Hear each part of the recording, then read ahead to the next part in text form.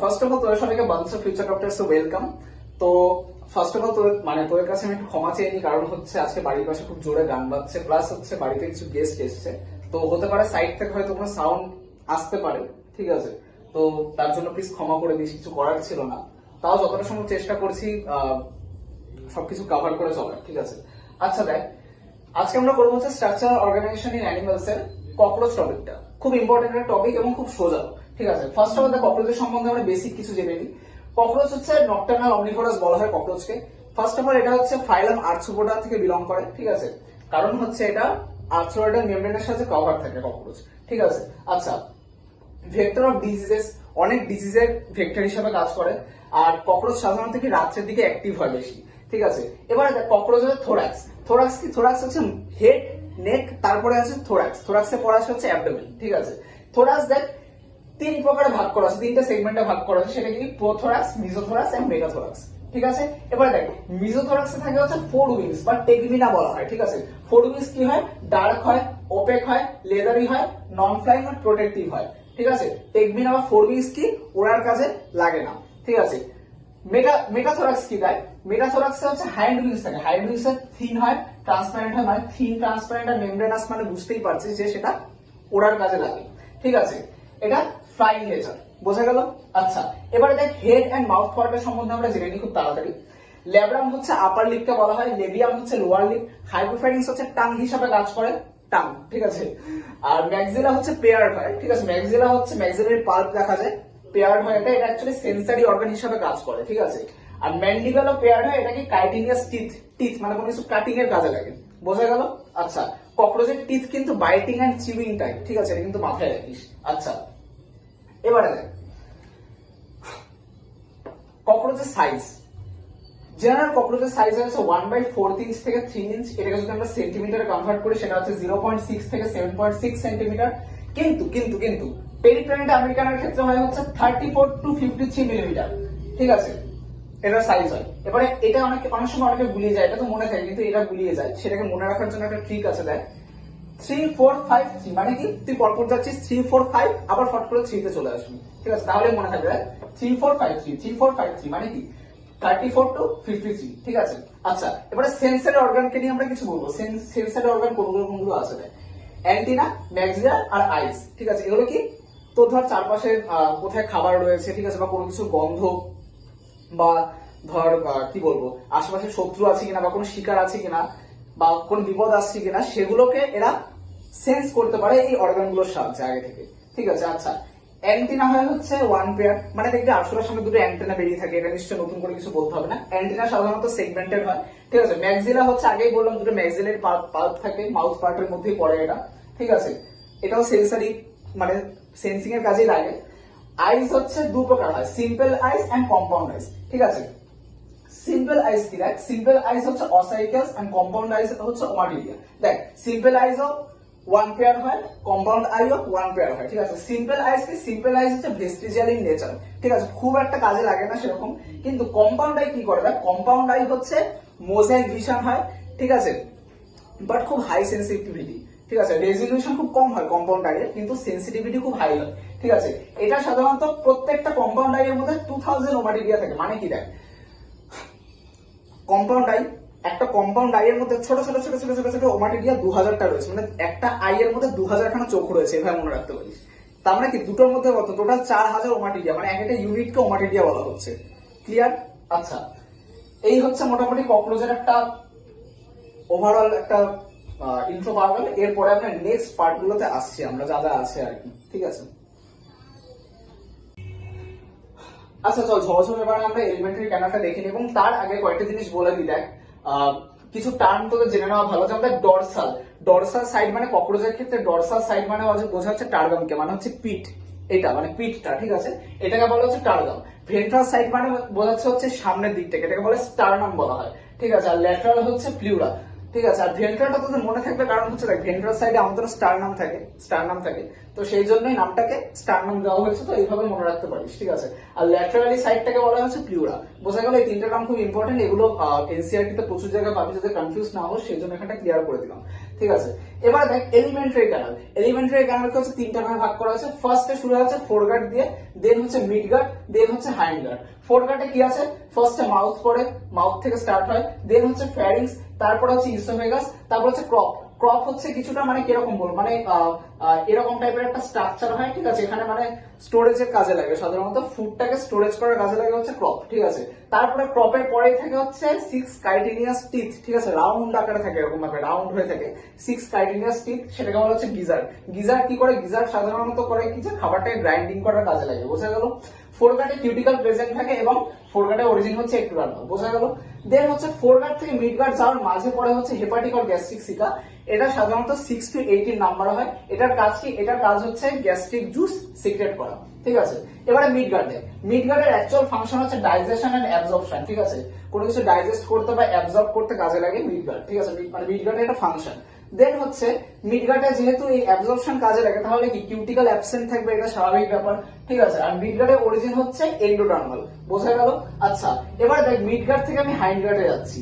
এবার মিডগার্ড থেকে হাইন্ডগার্ডের মাঝখানে পড়ে হচ্ছে ম্যালপিজিয়ান টিউবুলস। ম্যালপিজিয়ান টিউবুলস কি কাজে লাগে, সাধারণত এক্সক্রিয়েশনের কাজে লাগে, ঠিক আছে। ম্যালপিজিয়ান টিউবুল কি কাজে লাগে, এক্সক্রিয়েশনের কাজে লাগে। থ্রেড লাইক স্ট্রাকচার হয়, 100টা মানে সাধারণত 100টা মতন প্রায় অ্যাপ্রক্সিমেটলি দেখা যায়, ঠিক আছে। মানে 100টা থ্রেড লাইক স্ট্রাকচার এরকম বেরিয়ে থাকে, ঠিক আছে। সাধারণত মানে বিভিন্ন ওয়েস্ট প্রোডাক্ট গুলো এক্সক্রিয়েট করে, ঠিক আছে। আচ্ছা, হাইন্ডগার্ড, হাইন্ডগার্ডে কি কি থাকে, ইলিয়াম, কোলন, দেন হচ্ছে রেকটাম, ঠিক আছে। কোনটা কোন কোন পার্টে থাকে এগুলো কিন্তু মাথায় রাখিস, ঠিক আছে। হাইন্ডগার্ডের অরিজিন হচ্ছে একটুডার্মাল, বোঝা গেল। মানে ফোরগার্ড আর হাইন্ডগার্ডের অরিজিন হচ্ছে একটুডার্মালই হয়, বাট মিডগার্ডের হচ্ছে এন্ডোডার্মাল, এটা কিন্তু মাথায় রাখিস, কেমন। আচ্ছা, দেখ এবারে দেখ ফ্যারিংস।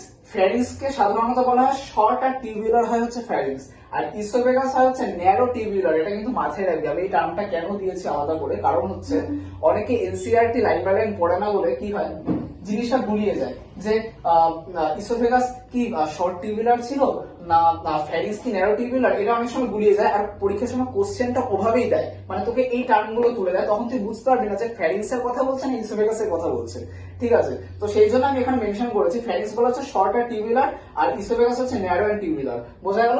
এইবারে দেখ কিছু নোট করা কিছু জিনিস দেখ। ককরোচের বডিতে অ্যানাল স্টাইল দেখা যায় হচ্ছে মেল ককরোচের ক্ষেত্রে, এটা 9th সেগমেন্টে দেখা যায়, 2 পেয়ার হয়। এটা কি রিপ্রোডাকশনের সময় কপুলেশনে কাজে লাগে, ঠিক আছে। আচ্ছা, কপুলেশনে হেল্প করে। আর অ্যানাল সার্কাই কি, অ্যানাল সার্কাই হচ্ছে ফিমেল আর মেল, হ্যাঁ ফিমেল আর মেল দুজনের ক্ষেত্রেই থাকে, ঠিক আছে। এটা 10th সেগমেন্টে দেখা যায়, বোঝা গেল। এটা দুটোর ক্ষেত্রে থাকে, বাট অ্যানাল স্টাইল মানে ছেলেরা একটু বেশি স্টাইল মনে আর কি, ঠিক আছে। তো মেল ককরোচের কাছে অ্যানাল স্টাইলটা থাকে, বোঝা গেল। আচ্ছা, এই হচ্ছে মোটামুটি এলিমেন্টারি ক্যানাল হয়ে গেল। এরপরে আমরা বাকি যে ককরোচের যে জিনিসগুলো, ঠিক আছে, রিপ্রোডাক্টিভ বা রেসপিরেটরি, সেগুলো আমরা দেখে নিচ্ছি। ক্লিয়ার? দেখ ফার্স্ট অফ অল এবার আমরা চলে এসেছি হচ্ছে সার্কুলেটরি সিস্টেমে, ঠিক আছে। আমাদের এলিমেন্টারি ক্যানাল হয়ে গেল। সার্কুলেটরি সিস্টেমে দেখ স্টার্ট করছি। ককরোচের হার্ট হচ্ছে সাধারণত হচ্ছে মিড ডরসাল হার্ট হয়, ঠিক আছে। 13 চেম্বার হয়, টিউবুলার হয়, আর নিউরোজেনিক হয়, আমাদের মতো নয়, ঠিক আছে। এদের হচ্ছে নিউরাল সিগন্যালের উপর ডিপেন্ড করা হচ্ছে এদের হার্টবিট, ঠিক আছে। আচ্ছা, ব্লাড কি হয়, ব্লাডকে বলা হচ্ছে হিমোলিম্ফ বলা হয়। হিমোলিম্ফ সাধারণত হচ্ছে কালারলেস হয়, কোনো রেসপিরেটরি পিগমেন্ট কিন্তু থাকে না, অ্যাবসেন্ট থাকে, ঠিক আছে। আচ্ছা, এবারে দেখ হার্টকে পাম্প করতে সাহায্য করা হচ্ছে অ্যালারি মাসেল, ঠিক আছে। আর ককরোচের সার্কুলেটরি সিস্টেম সাধারণত জানিস ওপেন টাইপই হয়, ঠিক আছে, কারণ হচ্ছে আর্থ্রোপোডা। তো ব্লাড ভেসেলস হচ্ছে খুব পোরলি ডেভেলপড হয়, ঠিক আছে। এবং সেই জন্য কি হয় দেখ, ব্লাড ভেসেলস যেহেতু খুব পোরলি ডেভেলপমেন্ট, সেই জন্য ভিসেরাল যে অর্গান গুলো হয় সেগুলো কিন্তু একদম ব্লাডের মধ্যে বাস্ট হয়ে যায়, ঠিক আছে। মানে একদম ব্লাডের মধ্যে ভাসছে এরকম একটা ব্যাপার, ঠিক আছে। মানে একদম ব্লাডের মধ্যেই রয়েছে ভিসেরাল অর্গান গুলো। আমাদের যেমন ভেইনস, আর্টারি বা এগুলো রয়েছে, যা যা রয়েছে, কিন্তু এদের কিন্তু ভেসেলস গুলো এতটাই পোর, ঠিক আছে, ব্লাড ভেসেলস। তো সেই জন্য কি হয়েছে, ভিসেরাল অর্গান গুলো ব্লাডের মধ্যে পুরো, ঠিক আছে। আচ্ছা, এবারে দেখ ব্লাড যখন সাইনাস থেকে হার্টে এন্টার করে তখন কি হয়, সেটা অস্টিয়ার সাহায্যে এন্টার হয়, ঠিক আছে। সাইনাস থেকে যখন হার্ট মানে ব্লাড যখন হার্টে এন্টার করে সেটা অস্টিয়ার সাহায্যে হয়। অস্টিয়ার সাধারণত 12 পেয়ার হয়, ঠিক আছে। এটা প্রোথোরাক্সে অ্যাবসেন্ট থাকে, প্রোথোরাক্সে অ্যাবসেন্ট থাকে। বাকি মিজোথোরাক্স আর মেটাথোরাক্সের মানে মেটাথোরাক্স থেকে শুরু করে পুরো অ্যাবডোমেন অবধি কিন্তু তোর এই অস্টিয়া পাবি, ঠিক আছে। আচ্ছা, এবারে দেখ এরপরে চলে আসছে হচ্ছে আমরা এক্সক্রিউটরি সিস্টেমে। এক্সক্রিউটরি সিস্টেমের মধ্যে দেখ মেন অর্গান হচ্ছে ম্যালপিজিয়ান টিউবুল, ঠিক আছে। মেন এক্সক্রিয়েটরি অর্গান হচ্ছে ম্যালপিজিয়ান টিউবিউল ককরোচের ক্ষেত্রে, ঠিক আছে। ম্যালপিজিয়ান টিউবিউল মানে কিসের দ্বারা লাইন হয়? লাইন বাই হচ্ছে গ্ল্যান্ডিউলার, কলামনার এন্ড সিলিয়েটেড এপিথেলিয়াম দ্বারা হচ্ছে লাইন হয়, ঠিক আছে। আচ্ছা, excretory substance, main excretory substance হচ্ছে ইউরিক অ্যাসিড, ঠিক আছে। এটা হচ্ছে মেইন এক্সক্রিয়েটরি সাবস্টেন্স, বা ওই জন্যই ককরোচকে বলা হয় ইউরিকোটেলিক ইনসেক্ট, ঠিক আছে, বা অর্গানিজম। তো যাই হোক, এবারে দেখ আদার অর্গান রয়েছে কিছু, মানে এক্সক্রিয়েটরি স্ট্রাকচার তো ধর আমাদের তো মেন অর্গান তো হচ্ছে ম্যালপিজিয়ান টিউবিউল, ঠিক আছে। এটা ছাড়াও হচ্ছে আরো তিনটে এক্সক্রিয়েটরি অর্গান হয়, সেটা কি কি? ফ্যাট বডি, ইউরিকোস গ্ল্যান্ড, আর হচ্ছে নেফ্রোসাইট। এবারে দেখ ইউরিকোস গ্ল্যান্ডটা শুধুমাত্র মেলদের প্রেজেন্ট থাকে, ফিমেলদের ক্ষেত্রে কিন্তু অ্যাবসেন্ট থাকে, ঠিক আছে। এটা কিন্তু ভুল করে ফেলিস না। আচ্ছা, এরপরে হচ্ছে বাকি আমরা দেখে নেবো হচ্ছে রেসপিরেটরি সিস্টেমস, আর হচ্ছে যারা আছে male and female reproductive system, সেগুলো আমরা দেখে নিচ্ছি। আচ্ছা চল, এরপরে আমরা দেখে নিচ্ছি হচ্ছে রেসপিরেটরি সিস্টেম, ঠিক আছে। দেখ ককরোচের ক্ষেত্রে সাধারণত ট্র্যাকিয়াল রেসপিরেশন দেখা যায়, মানে কিছু ট্র্যাকিয়াল টিউবের দ্বারা হয় এটা, ঠিক আছে। এবারে দেখ রেসপিরেটরি টিউবিউলস দেখা যায়, মানে ট্র্যাকিয়াল টিউবিউলস এর কথাই বলছে এখানে, ঠিক আছে। একটা স্মল ওপেনিং থাকে, সেগুলো বলা হয়েছে স্পাইরাকেলস। স্পাইরাকেলস সাধারণত দেখবি ককরোচের ল্যাটারালি থাকে, ঠিক আছে, ল্যাটারালি দেখবি স্পাইরাকেলস থাকে, এবং স্পাইরাকেলস হচ্ছে 10 পেয়ার। সেটা কি? দুটো থোরাক্সে থাকে আর 8টা থাকে হচ্ছে অ্যাবডোমেনে, ক্লিয়ার?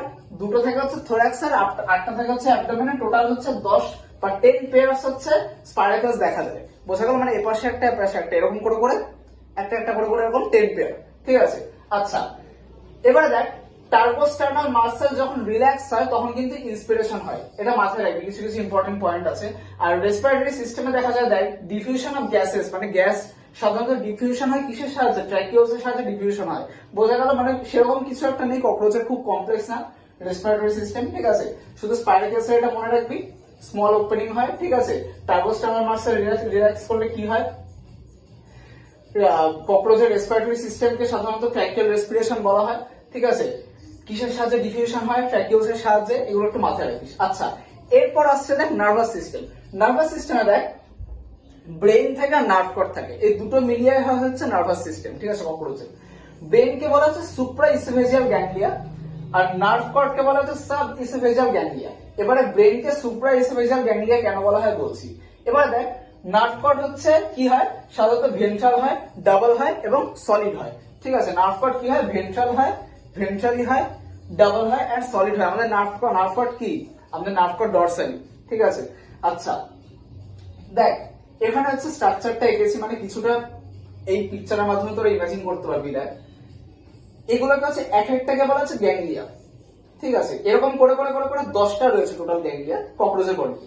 এবারে দেখ ব্রেনকেও অ্যাকচুয়ালি একটা গ্যাংলিয়ার মধ্যে অ্যাড করে নেওয়া হয়, মানে এখানে 9টা আর ব্রেনে হচ্ছে একটা, ঠিক আছে। ওই জন্য ব্রেন যেহেতু এবং সবার সামনে রয়েছে, সেই জন্য বলা সুপ্রা ইসোফেজিয়াল গ্যাংলিয়া। সুপ্রাটা ইউজ করা হয় কেন? যেন একদম ফ্রন্টে আছে, তাই একদম সামনে রয়েছে, ঠিক আছে। তো ব্রেনকে বলা হয় সুপ্রা ইসোফেজিয়াল গ্যাংলিয়া। এবং দেখ থোরাক্সে থাকে হচ্ছে 3টে গ্যাংলিয়া আর 6টা থাকে হচ্ছে অ্যাবডোমেনে। তার মানে কি? দেখ total 9 ganglia present in nerve, মানে কি? এটা তো ব্রেন বাদ দিয়ে টোটাল 9খানা গ্যাংলিয়া কিন্তু প্রেজেন্ট থাকে ককরোচের নার্ভে, ঠিক আছে। আর ব্রেন কি কি কন্ট্রোল করা যায়? অ্যান্টেনা এবং আই কে কন্ট্রোল করা হচ্ছে ব্রেন, মানে কি সুপ্রাইসোফেজিয়াল গ্যাংলিয়া। বোঝা গেল? অনেক সময় কিন্তু এরকম টার্মে দিয়ে দেয়, তোদেরকে বুঝে নিতে হবে যে এটাকে ব্রেন বলা হচ্ছে, ঠিক আছে। এই হলো হচ্ছে নার্ভাস সিস্টেম আর রেসপিরেটরি সিস্টেম। একদম শর্ট একটা রিভিশন দিলাম বা একটু ওভারভিউ মতন দিলাম বলতে পারিস। এরপরে আমরা চলে যাবো হচ্ছে রিপ্রোডাক্টিভ সিস্টেমে। আচ্ছা দেখ আমরা এবারে চলে এসেছি হচ্ছে রিপ্রোডাক্টিভ সিস্টেমে। তো ককরোচের রিপ্রোডাক্টিভ সিস্টেমের মধ্যে ফার্স্ট আমরা মেলেরটা দেখে নেবো। মেলের ক্ষেত্রে টেস্টিস থাকে হচ্ছে 1 পেয়ার, ট্রাইলোড হয় 4 to 6 সেগমেন্টের মধ্যে এটা দেখা যায়, ঠিক আছে। আচ্ছা, এবার দেখ সেমিনাল ভেসাইকেল কি? সেমিনাল ভেসাইকেল হচ্ছে কি করে? স্পার্মাটোফোর স্টোর করে, স্টোরেজ অফ স্পার্মাটোফোর, মানে কি কাইন্ড অফ বলতে পারছে স্পার্ম স্টোর করে হচ্ছে সেমিনাল ভেসাইকেল, ঠিক আছে, মেলদের। আচ্ছা, এবার দেখ স্মল টিউবিউলস, লার্জ টিউবিউলস আর সেমিনাল ভেসাইকেল, এই তিনটে মিলিয়ে তৈরি হয় হচ্ছে মাশরুম গ্ল্যান্ড বলা হয়। মাশরুম গ্ল্যান্ডকে কিন্তু অ্যাসেসরি রিপ্রোডাক্টিভ গ্ল্যান্ড বলা হয়। এটা দেখা যায় হচ্ছে 6 to 7 সেগমেন্টে দেখা যায়। আচ্ছা, এবারে দেখ ভাস ডিফারেন্স কি হয়? ভাস ডিফারেন্স থেকে হচ্ছে প্রত্যেকটা টেস্টিস থেকে কিন্তু ভাস ডিফারেন্স অ্যারাইজ হয়, ঠিক আছে। প্রত্যেকটা টেস্টিস থেকে বেরোয়, দুটো টেস্টিস থেকে, মানে দুটো ভাস ডিফারেন্স বেরোয়, ঠিক আছে। সেই ভাস ডিফারেন্স কিন্তু ইজাকুলেটরি ডাক্টে গিয়ে ওপেন হয়, এবং কিসের সাহায্যে ওপেন হয়? সেটা কিন্তু থ্রু সেমাইনাল ভেসাইকেলের সাহায্যে গিয়ে কিন্তু ইজাকুলেটরি ডাক্টে গিয়ে ওপেন হয়। আবার ইজাকুলেটরি ডাক্ট কি করে দেয়? স্পার্মাটোফোরের যে মিডিল লেয়ারটা আছে সেটাকে রিলিজ করে। বোঝা গেল? আচ্ছা, এইবারে দেখ রাইট ফ্যালোমিয়ার, ভেন্ট্রাল ফ্যালোমিয়ার, টিটিলেটার, লেফট ফ্যালোমিয়ার, সিউডোপেনিস, এগুলোকে একসাথে বলা হচ্ছে এক্সটার্নাল জেনিটালিয়া বা গোনোমোফাইসিস বলা হয়। ঠিক আছে? আচ্ছা, এবার টাইম নষ্ট না করে আমরা ফিমেলে চলে আসছি। দেখ, ফিমেলের মধ্যে ওভারি ওয়ান পেয়ার থেকে স্বাভাবিক। ঠিক আছে? এবং বলেছে প্রত্যেকটা ওভারিতে 8টা করে ওভারিয়াল থাকে। ঠিক আছে? তার মানে কি টোটাল কতগুলো ওভারিয়াল? ওভারিয়াল দুটো, কারণ একটা ওভারি থেকে 8টা, এখানে ওয়ান পেয়ার মানে দুটো ওভারি রয়েছে, তাহলে কটা? 8 + 8 টোটাল 16 ওভারিয়াল। 16 ওভারিয়াল কিন্তু 16টা ওভার তৈরি করে। বোঝা গেল? আচ্ছা, ওভারি দেখা যায় হচ্ছে সাধারণত সেকেন্ড থেকে ফোর্থ সেগমেন্টে দেখা যায়। কমন ওভিডাক্ট অর ভ্যাজাইনা আর ওপেনিং অফ ভ্যাজাইনাকে বলা হয় হচ্ছে গণপোর। গণপোরকে সবসময় ওপেনিং অফ ভ্যাজাইনা বলা হয়। পোর কথাটার মধ্যে বুঝতে পারছি যে কোনো একটা ছিদ্র বা কোনো কিছুর কথা বলা হয়েছে। ঠিক আছে? আচ্ছা, জেনাইটাল চেম্বার কোন কোন সেগমেন্টের মধ্যে দেখা যায় ফিমেল ককরোচের? 7th, 8th আর 9th সেগমেন্টে মানে আমরা দেখতে পাই। আচ্ছা, স্পার্মাথিকা কি? স্পার্মাথিকা হচ্ছে collection of sperm from male, মানে মেলদের যে স্পার্মটা এন্ট্রি করে, ঠিক আছে, সেটা কালেকশন করা হচ্ছে স্পার্মাথিকা। ঠিক আছে? এটা 6th সেগমেন্টে দেখা যায়। এবারে দেখ, ককরোচ সাধারণত ব্রাউন কালারের, ঠিক আছে, ব্রাউন বা হালকা ব্ল্যাকিশ বলতে পারিস। ঠিক আছে? তো ওই কালারের উথিকা, মানে যে আমরা যে ডিমটা যে দেয়, ঠিক আছে, অনেক সময় দেখবি তোরা ঘরে পড়ে থাকতে দেখবি রান্নাঘরে বা কোনো কোনাখামচিত ঘরের মধ্যে সাধারণত যেখানে আর কি আসলে আনাগোনা রয়েছে, সেখানে দেখবি যে অনেক সময় মানে উথিকা পড়ে আছে, দেখবি এরকম ছোট্ট ক্যাপসুলের মতন কালো কালো, ঠিক আছে, অনেক সময় পা দিয়ে চাপলে পড়ে পট করে ফেটে যায়। তো ওই উথিকা কিন্তু ককরোচ সাধারণত মানে একবারে 8 থেকে 9টা কিন্তু ডেলিভার করে। ঠিক আছে? এবং ওই প্রত্যেকটা উথিকার মধ্যে 14 থেকে 16টা মতন কিন্তু এগ থাকে। বোঝা গেল? আর আরেকটা জিনিস দেখ, ককরোচকে কিন্তু বলা হয় পোরোমেটাবলাস। কারণ কি ককরোচের ডেভেলপমেন্ট ধীরে ধীরে হয়। ঠিক আছে? মানে একদম মানে বড় হয়ে হুট করে ককরোচ হয়ে যায় না, স্টেপ বাই স্টেপ তার ফর্মেশন হয়। ঠিক আছে? ওর জন্য ককরোচকে কিন্তু বলা হয় পরোমেটাবলিক লাইফ সাইকেল বা পরোমেটাবলাস বলা হয়। বোঝা গেল? মোটমাট আমি ইম্পর্টেন্ট পয়েন্ট গুলো কভার করে দিলাম। আর যদি কোনো প্রবলেম হয় ভিডিও রিলেটেড বা পড়া রিলেটেড বা কিছু, ঠিক আছে, তোরা কিন্তু অবশ্যই আমাকে কমেন্ট বক্সে জানাস। ঠিক আছে? আর ভিডিওটা যতটা পারবি শেয়ার করিস, লাইক করে দিস, কমেন্ট করিস, আর পারলে সাবস্ক্রাইব করে নিস এরকম ধরনের আরো ইম্পর্টেন্ট টপিক শর্ট টাইমের মধ্যে কাভারিং এর জন্য। আর ততক্ষণ পর্যন্ত বেস্ট অফ লাক।